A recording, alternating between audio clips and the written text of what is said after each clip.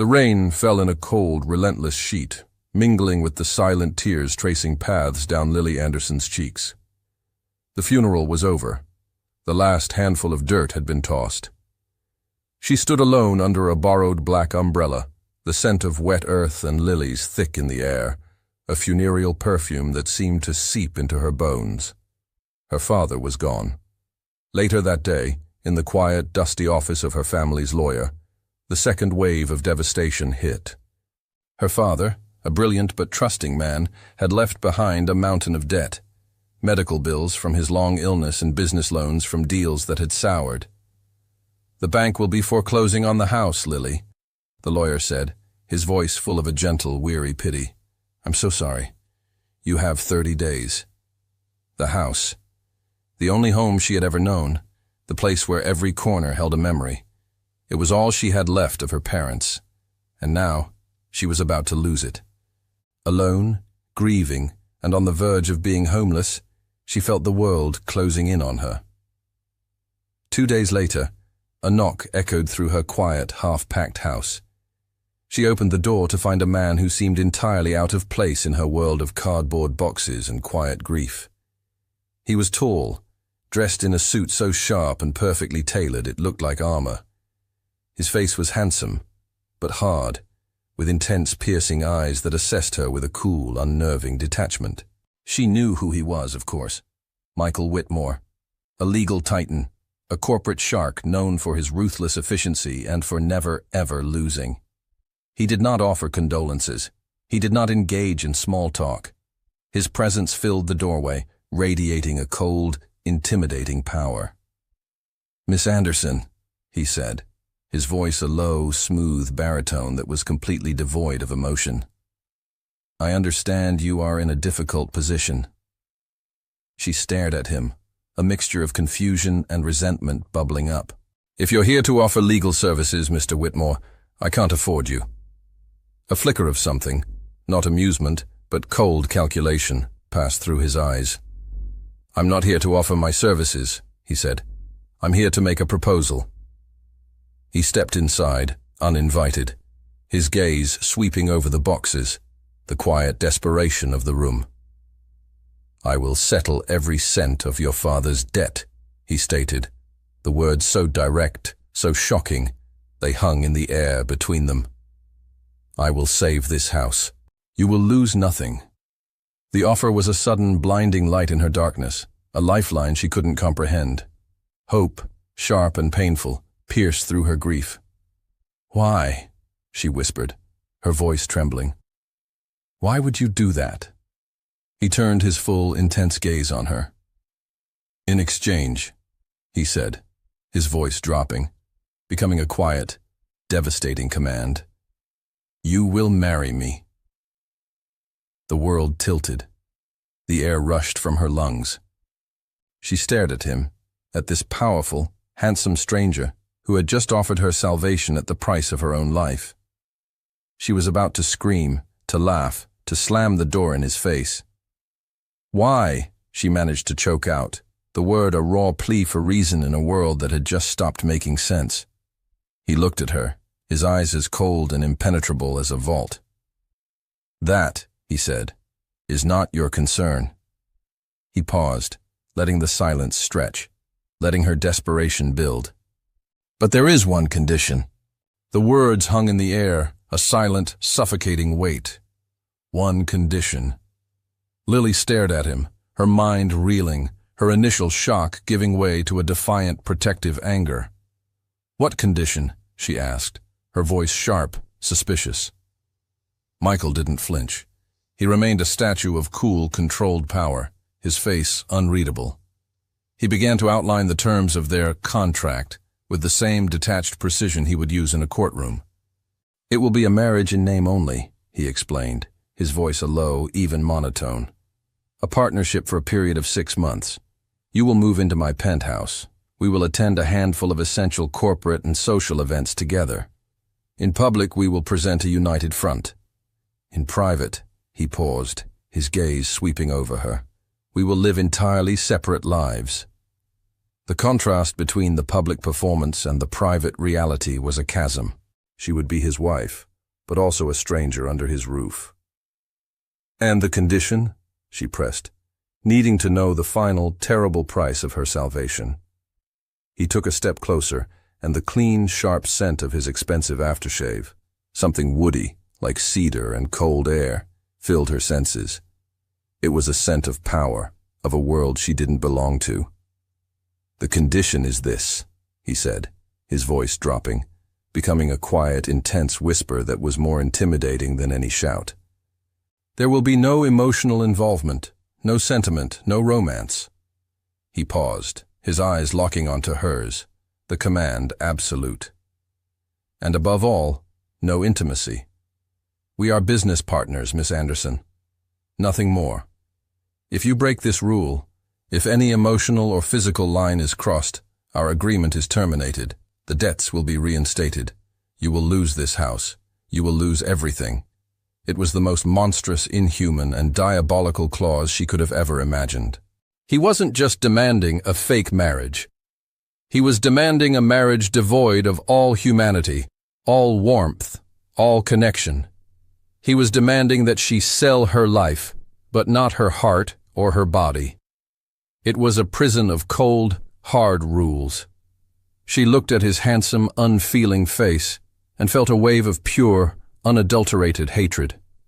But then, the image of her father's face, the memory of his love for this house, the terror of being left with absolutely nothing, washed over her.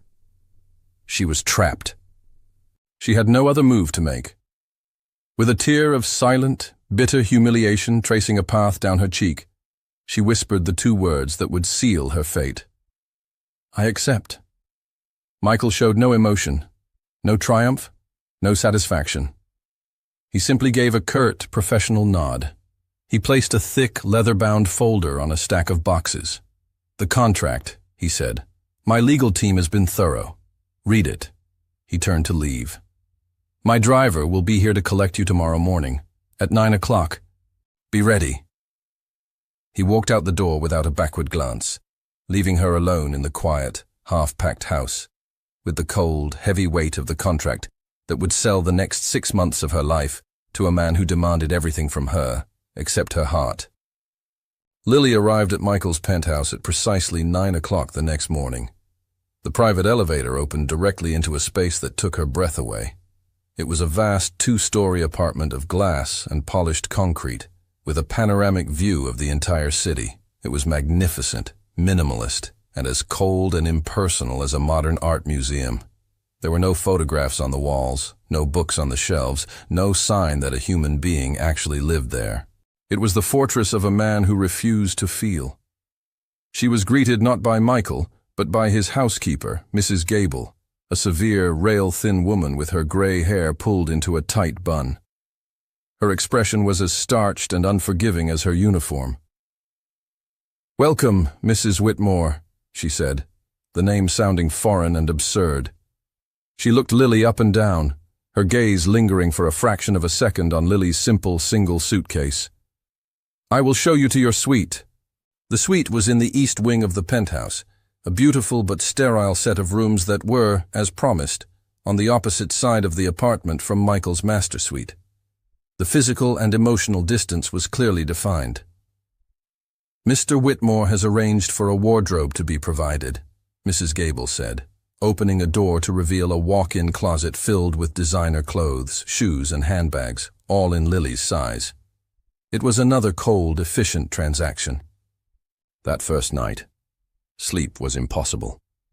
The silence of the penthouse was a living, breathing entity, pressing in on her. She felt like a ghost in someone else's life. Restless, she slipped out of bed, needing a glass of water, needing to move. She padded barefoot through the dark, silent halls, the city lights outside casting long, geometric shadows on the polished floors. As she entered the main living area, she froze. He was there. Michael stood in the darkness, in front of the massive, floor-to-ceiling window, a glass of whiskey in his hand. He was looking out at the city he owned. He had taken off his suit jacket, and his tie was loosened, the top buttons of his crisp white shirt undone.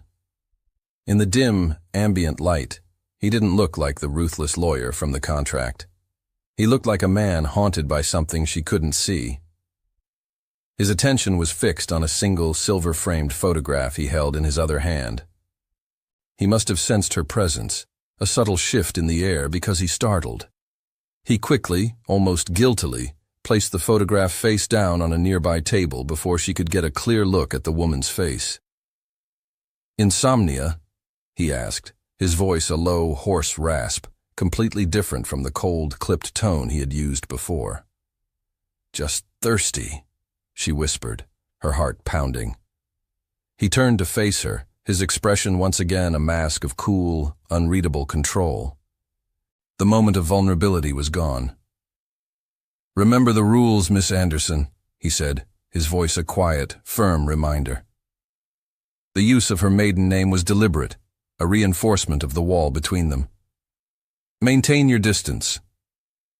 He then turned and walked back toward his wing of the penthouse, leaving her alone in the darkness.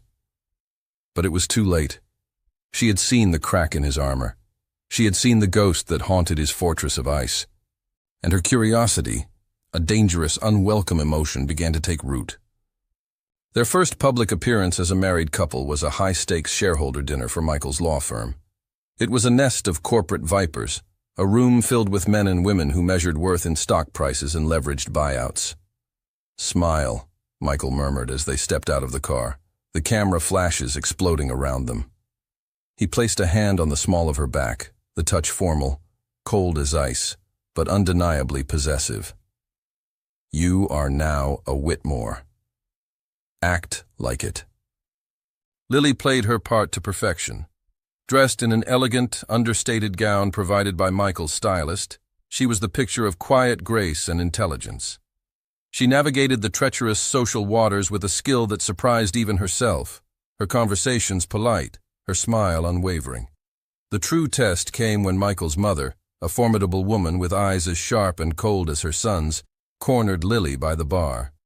"So, Mrs. Whitmore began, her voice a low, condescending purr as she looked Lily up and down. "You're the girl who saved the family home. A sentimental purchase, I suppose. My son has his charitable impulses." The insult was a perfectly aimed dart, designed to remind Lily of her place as a transaction. Before Lily could respond, another voice, slick with malice, joined the conversation. It was Connor Hale, Michael's biggest corporate rival. "Well, well, Whitmore," Hale sneered, appearing at Michael's side but directing his words at the women. "I see you've finally made an acquisition in the domestic market.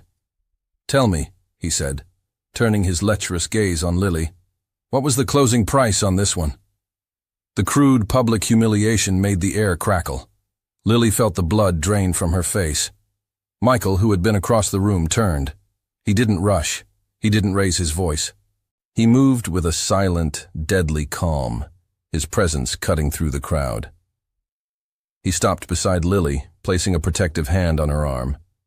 He didn't look at his mother. He looked directly at Connor Hale.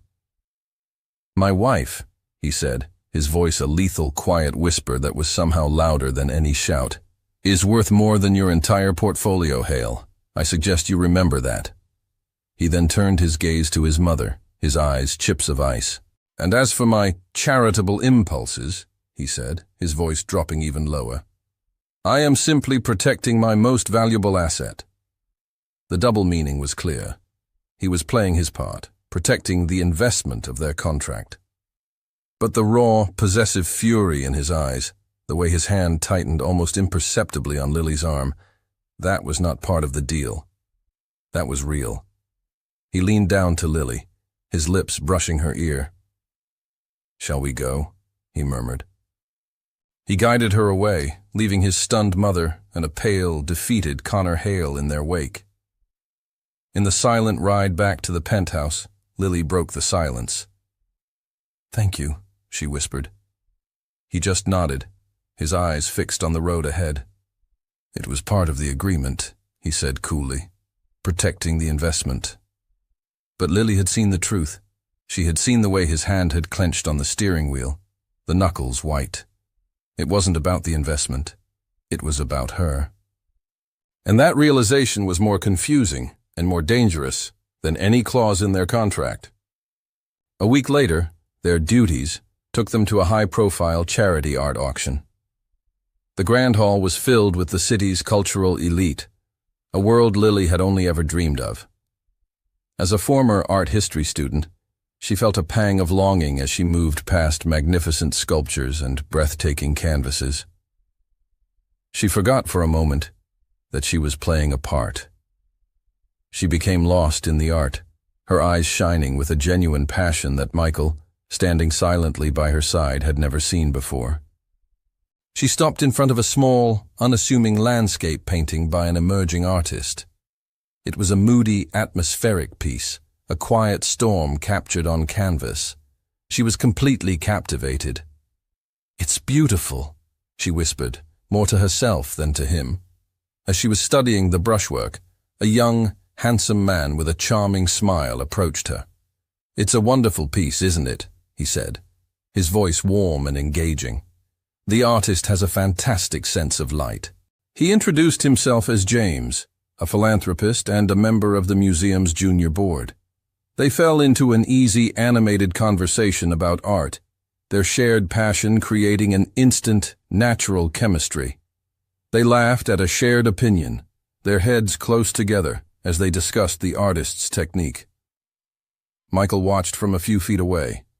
He stood perfectly still, a glass of champagne in his hand, his face an unreadable mask. But a muscle was feathering in his jaw, a tiny, telltale sign of a rising, irrational irritation. He watched the easy way James smiled at Lily, the way her face lit up as she talked, and he felt a cold, unfamiliar knot tighten in his gut. When the landscape painting came up for auction, James immediately raised his paddle. "A fine choice," he said to Lily with a wink. But then, from across the room, a new bidder emerged, an anonymous buyer, represented by one of the auction house's staff on the phone. The price began to climb. James would bid, and the anonymous buyer would instantly counter, driving the price higher and higher. The bidding war became the spectacle of the evening. James, caught up in the competition and clearly trying to impress Lily, kept raising his paddle. Finally, the anonymous buyer on the phone made a final, astronomical bid, a number so high it silenced the entire room. "Sold!" the auctioneer cried, his gavel falling with a sharp crack. James turned to Lily with a disappointed shrug. "Well, it seems someone wanted it more than I did." A few minutes later, an assistant from the auction house approached Michael, holding a beautifully wrapped package. "Your acquisition, Mr. Whitmore," the assistant said quietly. Lily stared at him, her eyes wide with disbelief. He was the anonymous buyer. "Why?" she whispered, completely stunned. "I don't like to lose," he replied, his voice cool, detached. But as James approached them to offer his congratulations, Michael stepped forward, placing a firm, possessive hand on the small of Lily's back. "I believe our evening is over," he said, his voice a low, dismissive growl directed not at Lily, but at James. He guided her out of the grand hall, his grip on her back unwavering. Lily was speechless. She looked back at James's confused face, and then at Michael's hard, stony profile. She realized, with a sudden, thrilling jolt, that this had nothing to do with not wanting to lose the painting. It was about not wanting to lose her to another man. The following weekend, Michael was required to attend a family gathering at his mother's sprawling country estate. As his wife, Lily's presence was non-negotiable. The house was beautiful, a classic stone manor surrounded by autumn foliage, but the atmosphere inside was as cold and biting as the November wind. Michael's mother, Eleanor, greeted them with a smile that was all teeth. She treated Lily with a polite, icy disdain, making it clear she saw her as a temporary and distasteful arrangement. But during the weekend, away from the city and the pressures of his firm, Lily saw another side of Michael. She saw him walking in the woods with a scruffy, old golden retriever he had rescued years ago, his voice soft and gentle as he spoke to the dog. She saw him in the library, his face animated with a rare passion as he described the history of the estate, a place his own mother had loved. The cracks in his armor were widening, revealing glimpses of the man beneath. The fragile peace was shattered on Saturday night. They were in the grand living room having pre-dinner drinks with the family when there was a knock at the door. A moment later, a woman walked in. She was tall, elegant, and stunningly beautiful, with the kind of effortless confidence that comes from a lifetime of privilege. Lily recognized her instantly from the photograph Michael kept hidden in his study. "Michael, darling," the woman exclaimed, her voice a melody of warm, familiar affection. "I heard you were in town, and I just had to stop by and say hello." It was Dr. Evelyn Carrington, Michael's ex-fiancée. She swept into the room, completely ignoring Lily's presence. She kissed Michael's mother on the cheek, laughed at a joke his uncle made, and then turned her full, dazzling attention to Michael. "It's been too long," she said, placing a familiar hand on his arm. "We must catch up." The room seemed to shrink, the air growing thick with a shared history that Lily was not a part of. Evelyn and Michael's family began to reminisce about old times, about shared vacations and inside jokes. Their conversation a seamless, exclusive club. Lily sat on the sofa, a glass of untouched wine in her hand, feeling completely, utterly invisible. She was an outsider, a ghost at their family reunion. And Michael was trapped.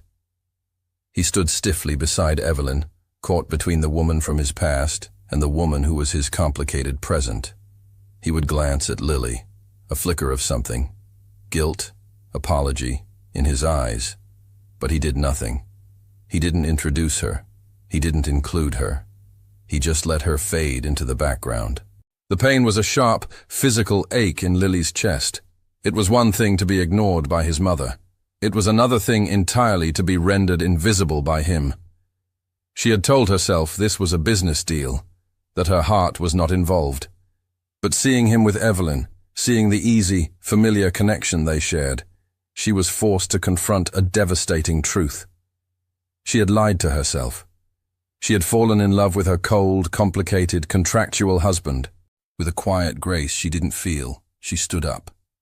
The conversation faltered for a moment as all eyes turned to her. "Excuse me," she said, her voice a soft, steady whisper that belied the storm raging inside her. "I think I need some air." She turned and walked out of the room, out of the house, and into the cold, dark night, leaving Michael standing there, his face a mask of conflict and dawning, horrified realization. Lily walked blindly into the manicured gardens, the cold night air a welcome shock against her heated skin. She didn't know where she was going. She just knew she had to get away. The laughter from the house, the sound of their shared history, felt like a physical blow. A light drizzle began to fall, cold and persistent, but she barely noticed. The pain of seeing Michael with Evelyn, of realizing her own foolishness in falling for him, was a storm inside her that drowned out everything else. The tears she had been holding back finally came, hot and silent, mingling with the cold rain on her cheeks. She heard footsteps on the gravel path behind her. Lily. It was Michael. He stood a few feet away, his suit jacket now soaked, his hair plastered to his forehead. He looked as miserable as she felt. "What are you doing out here?" he asked, his voice rough. "You'll get sick." "What does it matter?" she retorted, her voice choked with a pain she could no longer hide. "I'm just part of a contract, aren't I? Your debt to be paid." The word debt hit him like a physical blow. He flinched, his face paling. "Who told you that?" he asked, his voice a low, dangerous whisper. "No one had to," she cried, finally turning to face him, the rain plastering her dress to her skin. "I'm not stupid, Michael. I know this has something to do with my father. This whole charade, this marriage. It's all because you feel like you owe him something, isn't it? Now tell me the truth." Pressed, cornered, and seeing the raw, genuine pain in her eyes, he finally broke. He couldn't tell her the whole truth, the truth about the scandal that could still ruin her family's name. But he couldn't lie to her anymore. Yes, he confessed, the word a ragged admission in the pouring rain. Your father. He made me promise. He made me promise I would take care of you. The confession, though she had suspected it, was devastating. It confirmed her worst fears. She wasn't a partner. She wasn't even a business asset. She was an obligation, a burden, a promise he was fulfilling against his will. So that's all I am to you, she whispered, her heart shattering into a million pieces. A promise? A duty you're begrudgingly fulfilling? Before he could explain, before he could tell her the why, she pushed him away. I don't want your charity, she screamed, her voice raw with heartbreak. I don't want your protection. I want to go home. She turned and ran, stumbling blindly through the rain, away from him, away from the house, away from the man who had just confirmed that their entire relationship was built on a foundation of pity and obligation. He watched her go, his hands clenched into fists at his sides, torn between the need to run after her and the promise he had made to her father, a promise that had just destroyed the one real thing in his life. Michael didn't hesitate. He ran after her. The promise he had made to her father was important, but the thought of her disappearing into the dark, rainy night, alone and heartbroken, was unbearable. He caught up to her on the long, private road that led away from the estate, grabbing her arm gently to stop her. The rain was a torrential downpour now, soaking them both to the bone, plastering his shirt to his chest and her hair to her face. You can't go, Lily, he said, his voice a desperate plea over the sound of the storm. Not like this. Let go of me, she cried, trying to pull her arm away, but his grip was firm. I'm done, Michael. I'm done being your project, your good deed. You're not a good deed, he shouted back, his own control finally snapping. You're a complication. You're the most illogical, infuriating, and completely captivating variable that has ever entered my life. Give me one reason to stay, she screamed, her face wet with rain and tears, her eyes blazing with a pain so profound it cut him to the core. One real reason. Not a promise to a dead man. Not a debt. A real reason, Michael. He stared at her, his mind racing. He was a man of words, a lawyer who could argue his way out of any corner. But in that moment, faced with her raw, desperate demand for a truth he couldn't give, and a feeling he couldn't explain, he was utterly, completely speechless. He couldn't tell her about the scandal, about the true depth of his debt to her father. He couldn't break that promise. But he couldn't lie to her anymore.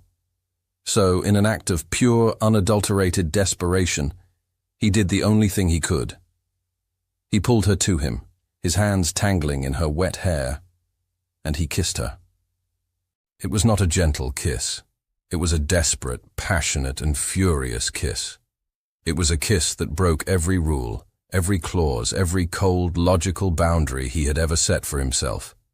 It was a kiss that poured out all his frustration, all his fear, all his jealousy, and all the undeniable, terrifying love he felt for her.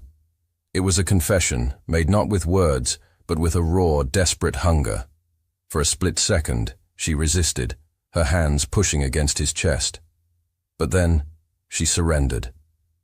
Her own arms wrapped around his neck, and she kissed him back with an equal, heartbreaking ferocity, pouring all of her own pain, her own confusion, and her own impossible love into the embrace. The kiss left them both breathless, clinging to each other in the pouring rain. The rule was broken. The contract was in ruins. And now what? She whispered, her voice a trembling, hopeful question against his lips. He looked down at her, the rain streaming down their faces, his eyes dark with an emotion he could no longer deny. I don't know, he answered, his voice a raw, honest rasp. And for the first time, not knowing was the most honest and most hopeful answer he could have ever given. They returned to the country house, drenched, silent, and fundamentally changed. The air between them was no longer cold or tense. It was charged with the electric, terrifying energy of a truth that had finally been unleashed. Evelyn and Michael's mother were waiting in the grand foyer, their faces masks of disapproval. They saw the way Michael and Lily entered together, their clothes soaked, their eyes locked on each other, and they knew, instantly, that something had shifted. The game had changed. The next morning, Michael, with a calm and quiet finality, asked Evelyn to leave. "Things have changed, Evelyn," was all he said. She left in a fury of wounded pride. His mother was next.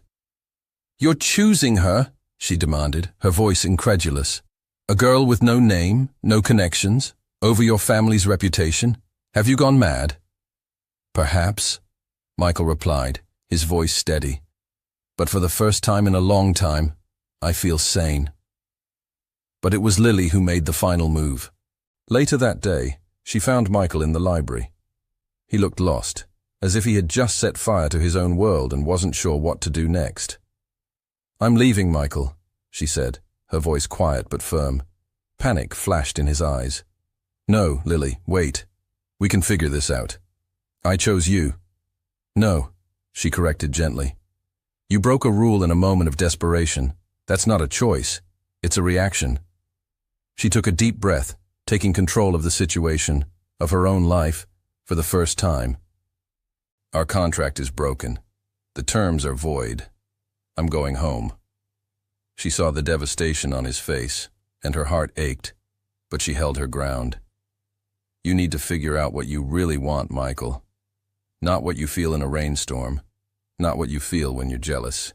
You need to figure out if you want me, or if you just don't want to be alone." She turned to leave, but paused at the door. "And when you figure it out," she said, her voice ringing with a newfound strength, "you know where to find me." She walked out, leaving him standing alone in the silent library. She had taken the power back. The choice was no longer his to make by default. It was hers to accept, but only if he was willing to fight for it for real. And now, he was completely, utterly, on his own. Lily's departure was a quiet, devastating amputation.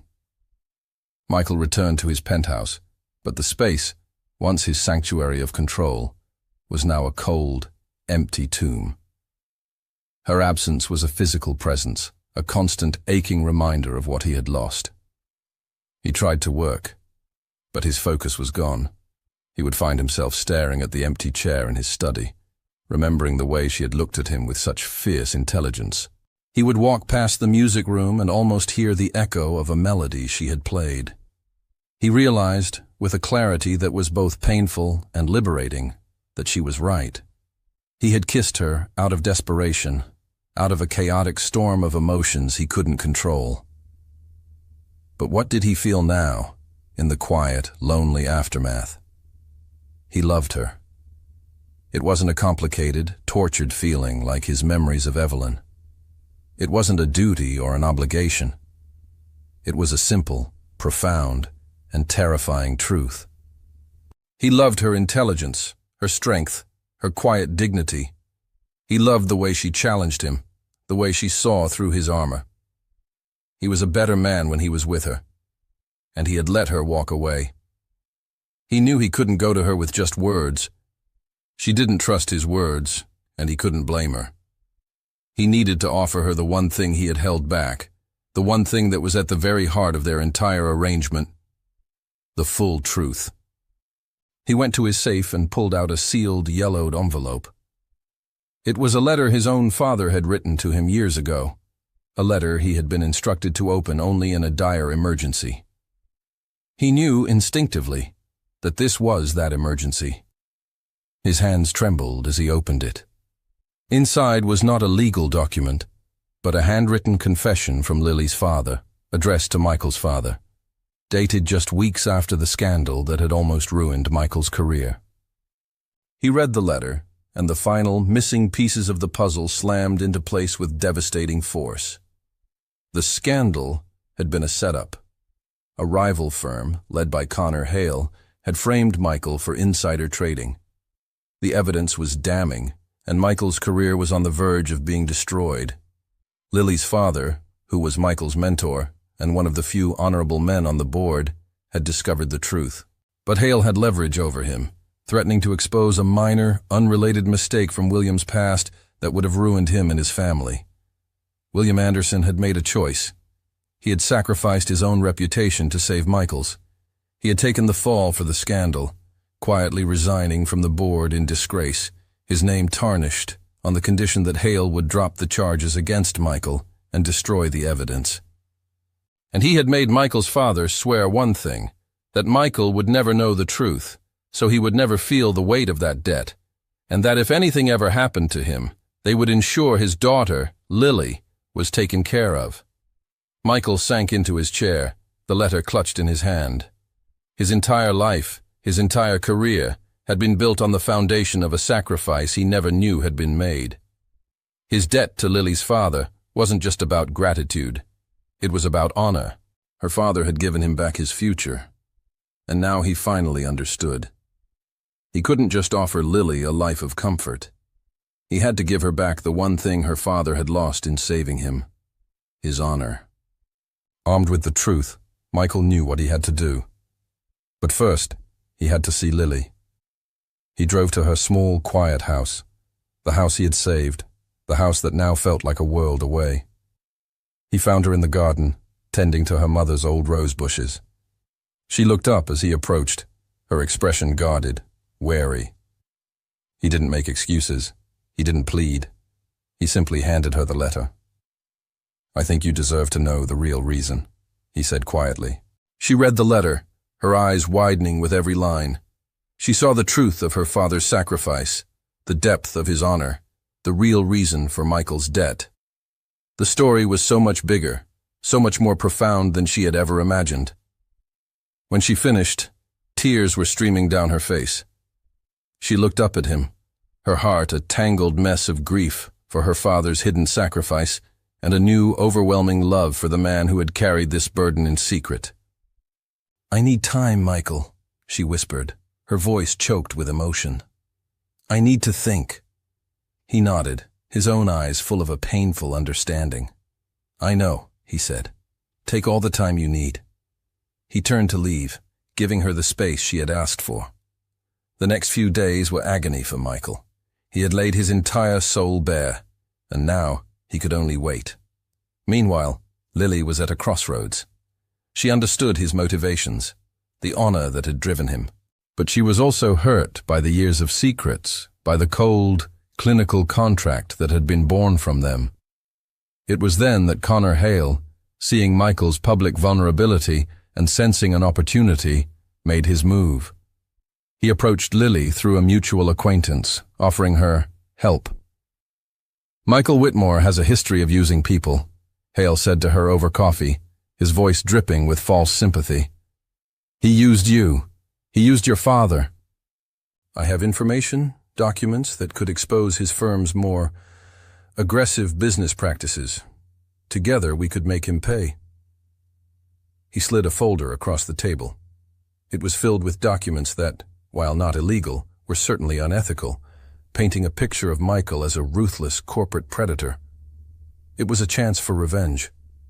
The chance to destroy the man who had, however unintentionally, built his empire on the ashes of her father's reputation. Lily stared at the folder.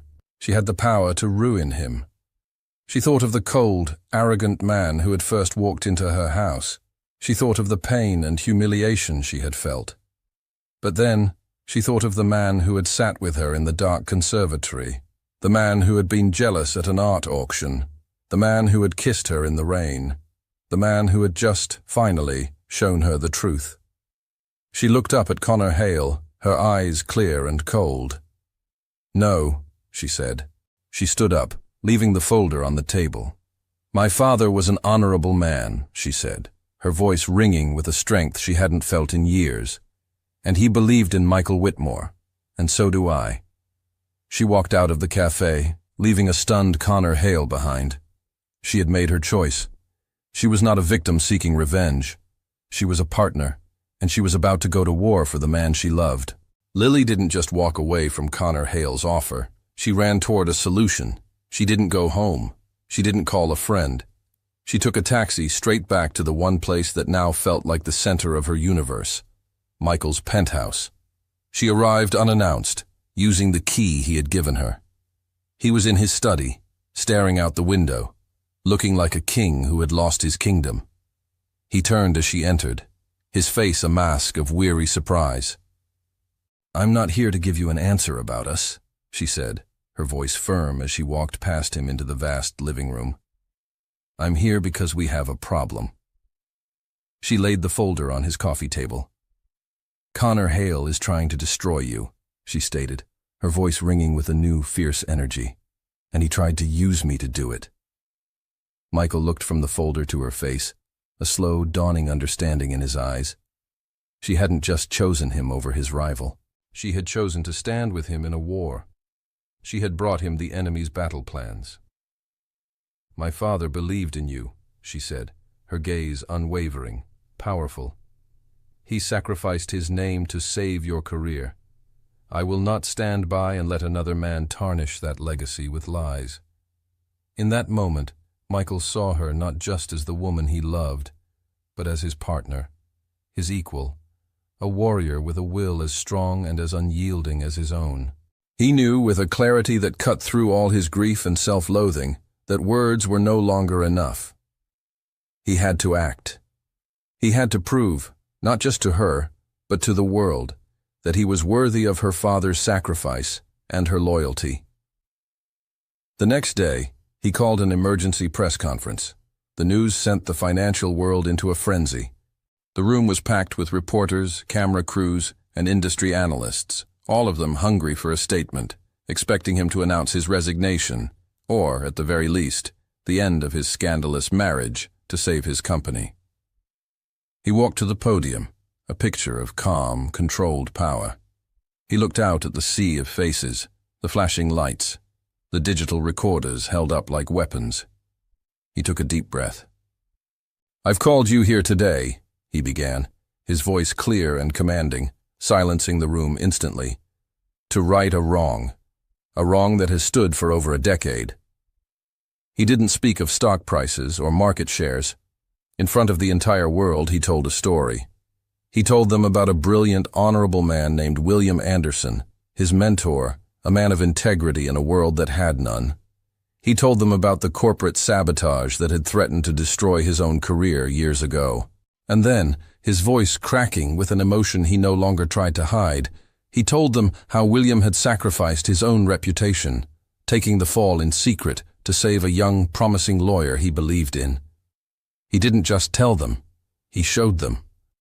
On the massive screen behind him, he projected copies of the documents from his father's letter, irrefutable proof of William Anderson's innocence and the conspiracy that had ruined him.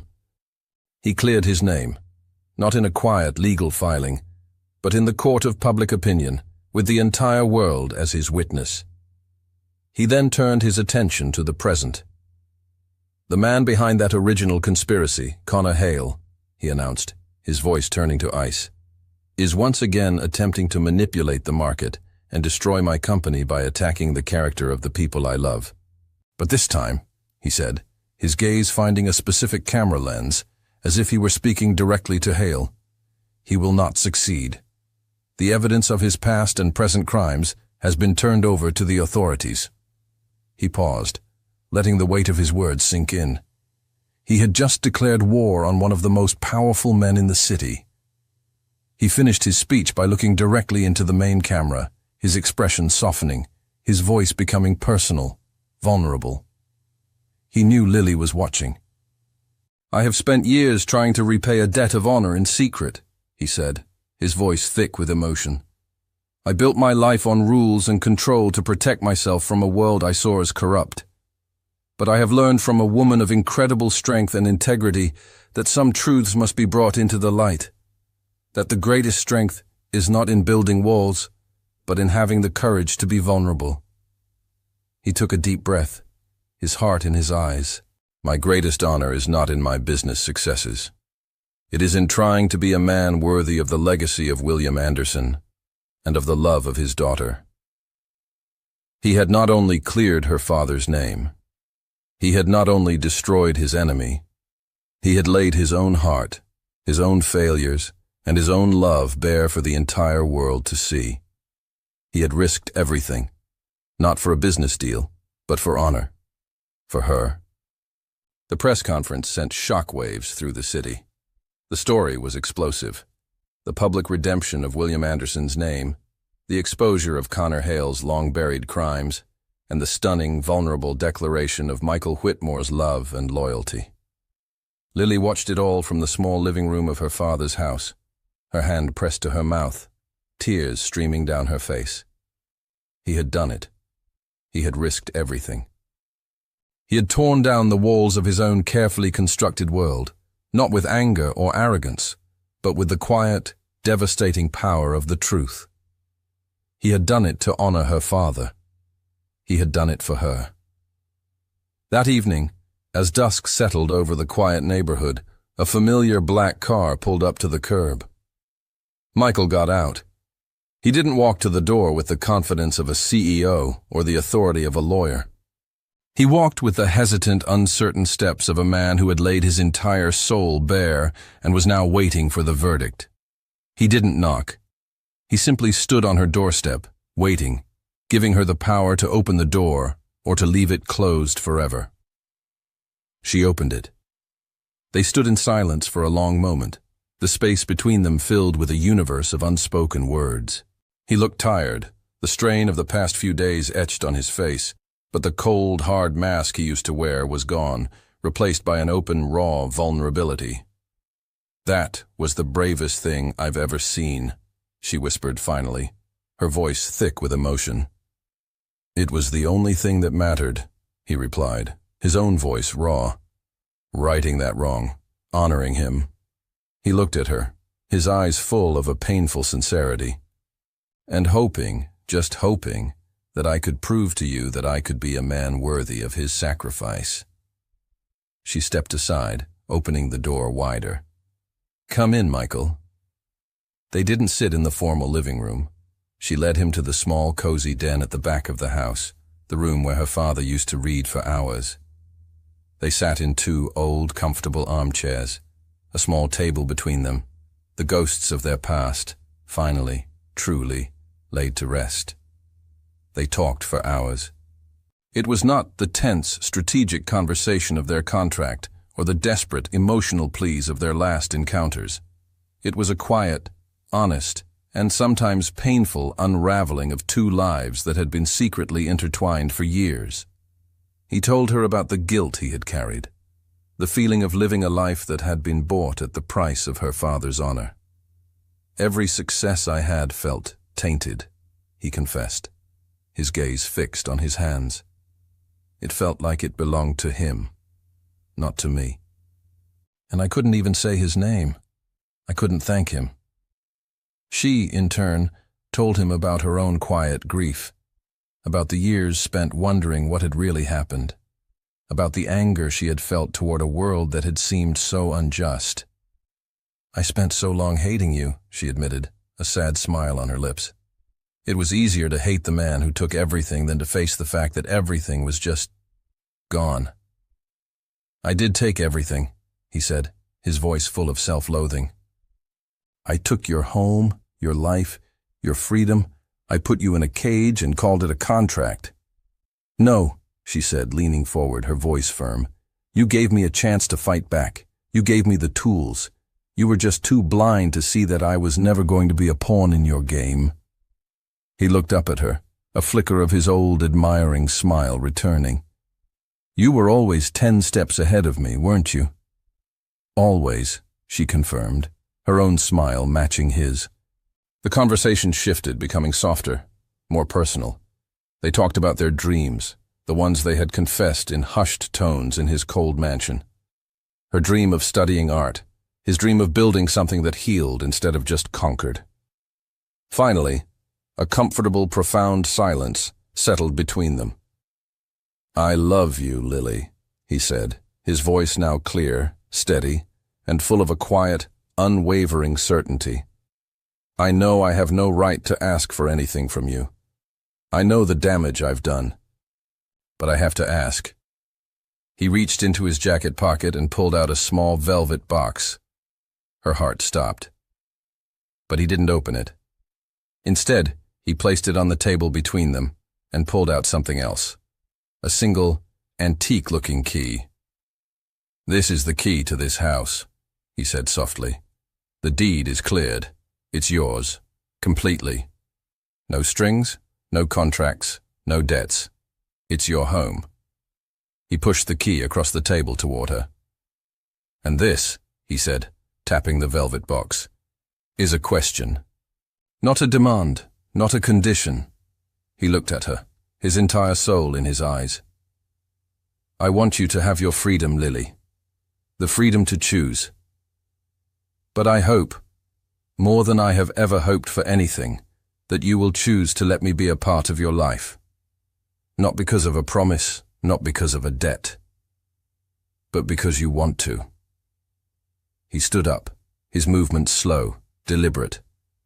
"The choice is yours, completely." He turned to leave, to give her the space, the freedom he had just promised. "Michael, wait," she said, her voice stopping him at the door. He turned, his face a mask of hopeful, terrified anticipation. She looked at the key to her past, then at the velvet box that held a possible future. "I don't want you to move into my life," she said, and she saw the hope in his eyes begin to fade. A slow, brilliant smile spread across her face. "I want you to build a new one, with me." She stood up, walked over to him, and took his hand, lacing her fingers with his. The kiss they shared in the doorway of her father's house was not one of passion or of desperation. It was a kiss of homecoming, a kiss of a new beginning. The weeks following their reconciliation were a quiet, deliberate reconstruction of a love that had been built on a flawed foundation. They didn't rush back into the whirlwind of their old lives. Instead, they took their time, building something new, something real, brick by brick. Michael, true to his word, gave Lily her space. He didn't move into her house, but he became a constant, gentle presence in her life. He would show up at her door not with extravagant gifts, but with 2 cups of coffee in the morning, or with takeout from her favorite Thai restaurant after a long day. They spent their evenings not in tense silence, but in easy conversation, rediscovering each other without the weight of secrets and contracts. The final hurdle, they both knew, was his mother. Eleanor Whitmore had been conspicuously silent since the press conference. She had not called, had not sent a message. One Sunday, Michael arrived at Lily's house, a nervous, uncharacteristic tension in his shoulders. "My mother has requested our presence for lunch," he said, his voice tight. "You don't have to go. We can say no." Lily looked at him, at the man who could face down corporate raiders without flinching, but was terrified of his own mother. She took his hand. "No," she said, her voice calm and steady. "We'll go. Together." The lunch at the Sinclair estate was a cold, formal affair. Eleanor was polite, but her disapproval was a tangible force, a wall of ice around the dining table. She spoke of business, of society events, of everything except the woman sitting at her table. After the meal, as they were having coffee in the drawing room, Lily decided she had had enough of the silent war. "Mrs. Whitmore," she began, her voice clear and respectful, causing both Michael and his mother to look at her in surprise. "I know that I am not the woman you would have chosen for your son." Eleanor raised a perfectly sculpted eyebrow. "That is an understatement, my dear." "And I know," Lily continued, her gaze unwavering, "that our story began in a way that was unconventional and even wrong. But I need you to know one thing. I love your son. I love the man he is and the man he is trying to become. And he makes me happy. Truly happy." She paused, letting her words settle in the quiet room. "I'm not asking for your approval. That is something I must earn. I am simply asking you to see the happiness of your own son. Isn't that, in the end, all that matters?" Eleanor stared at her for a long, silent moment. She looked at her son, at the way he was looking at Lily, his expression full of a love and an admiration she had never seen in him before. She saw not a cold, calculating CEO, but a man who was, for the first time, truly, completely alive. The ice in the matriarch's eyes began to thaw. A slow, reluctant smile touched her lips. She reached across the table and picked up a small, ornate box from the mantelpiece. She opened it and took out a pair of beautiful, antique sapphire earrings. "These belong to Michael's grandmother," Eleanor said, her voice softer now, the hard edge gone. She held them out to Lily. "She was also a woman who fought for what she wanted. She would have liked you." She placed the earrings in Lily's hand. "Welcome to the family, my dear." The blessing, so hard-won, was a profound, healing moment. Later that week, Michael surprised Lily with another proposal. He took her to a large, empty, light-filled loft space in the city's arts district. "What is this place?" she asked, looking around at the vast, open room. "It's our new headquarters," he said, a proud smile on his face. He handed her a leather-bound portfolio. Inside, it was not a contract, but a detailed business plan. "The Anderson Whitmore Foundation," she read from the cover page. "I've been thinking," he said, his voice full of a new shared excitement, "about what you said, about building something that heals. This foundation will be dedicated to funding arts education programs in underprivileged schools. It will provide scholarships for young, struggling artists. It will be a legacy in your father's name, using my resources and your passion." He looked at her, his eyes shining. "I don't want to be your boss, Lily, and I don't want to be just your husband. I want to be your partner in everything." She looked at him, at this incredible man who was offering her not just his heart, but a shared purpose, a shared dream. She was not just marrying into his world, they were building a new one together. "I think," she said, a brilliant, happy smile on her face, "that's the best proposal I've ever heard." The day of their real wedding was nothing like the cold, transactional affair in the judge's chambers. It was a small, intimate ceremony held in the backyard of the house that had once been her father's, the very home Michael had saved for her. The garden, which she had spent the last year lovingly restoring, was in full bloom, the air filled with the sweet, familiar scent of her mother's favorite roses. There were no reporters, no business associates. The guests were a small, tightly knit group, Lily's closest friends, Michael's mother Eleanor, looking genuinely happy, and a handful of board members from the new Anderson Whitmore Foundation. Lily didn't wear a designer gown. She wore a simple, elegant dress of her own design, one that was both modern and timeless. As she walked down the grassy aisle on the arm of a close family friend, her eyes were fixed on one person. Michael stood under a simple archway of white roses, and the sight of him made her heart ache with a love so profound it was almost painful. He was not the cold, armored CEO she had first met. He was just Michael, his face open, his eyes shining with an adoration that was meant only for her.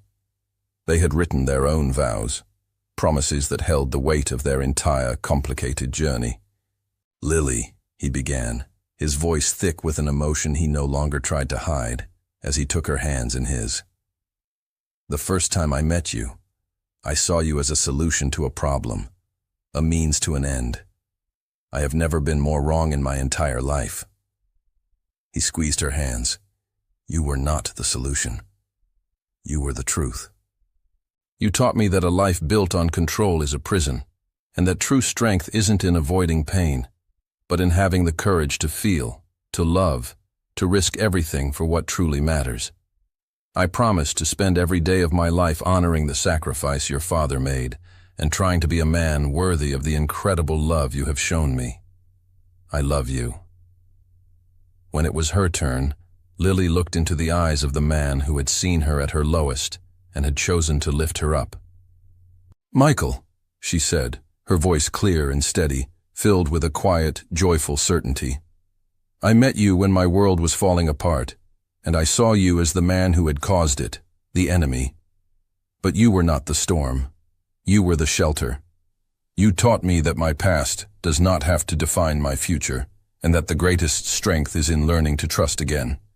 You saw me when I felt invisible, and you gave me back my voice.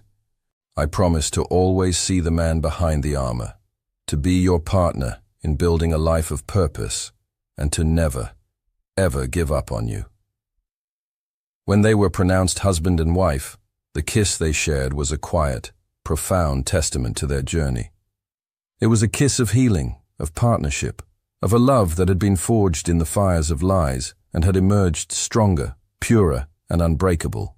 Later, during the small, intimate reception in the garden, as the sun began to set and lanterns cast a warm, golden glow over the happy guests, Michael pulled her aside.